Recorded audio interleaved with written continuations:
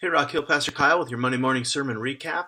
We looked at Ephesians 4, verses 17 to 32 yesterday, and we see that in light of the gospel revealed in Ephesians 1, 2, and 3, we are to live lives worthy of the calling that we've received.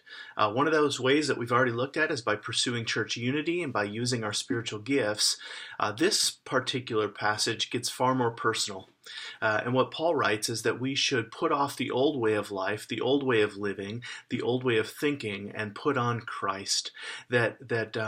The gospel of Jesus transforms who we are to the level of our character and our actions, that we no longer live as we used to live, but rather experience a radical transformation when the Spirit of God comes and takes root.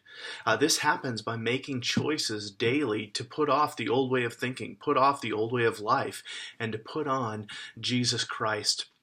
Now, there's a couple reasons we do that. I think there's a personal or a selfish reason we do that, and then there's also a missional reason why we do that. The personal reason is that we realize that God's commandments to us are not to restrict us or limit our fun, but rather to help us maximize life and enjoy the life that He created. And so, by faith in Him, we see His commandments not as a restriction to our fun in our life, but rather an empowerment to truly live.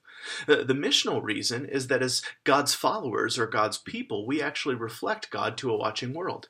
And so our lives should take on His character and His priorities. And so there's both a very selfish personal reason in that we obey God because we want to be happy, but then there's also a missional reason in that we obey God because we reflect Him to a watching world. We do it for the sake of the world. And so this gets really practical. We are no longer futile or darkened in our thinking, but rather we pursue righteousness and holiness. This looks like not lying anymore, but rather telling the truth because God is a truth-telling God. This is in our anger, not sinning, not lashing out, but realizing that anger, well, it can be a godly emotion, is a very dangerous one. It means that the person who used to be a thief and steal now works honestly so that he can be generous and be a blessing to others, that we are not to grieve the Holy Spirit of God who lives inside of us. And so we put off the deeds of anger and malice and wrath, and we put on kindness and tenderheartedness. And then finally, we forgive each other as Christ has forgiven us. Finally, the other thing that I forgot is that we use our words not to tear down, but to build up. And so one of the encouragements I gave was that you practice the gift of encouragement or using your words this week to build one another up rather than tear each other down.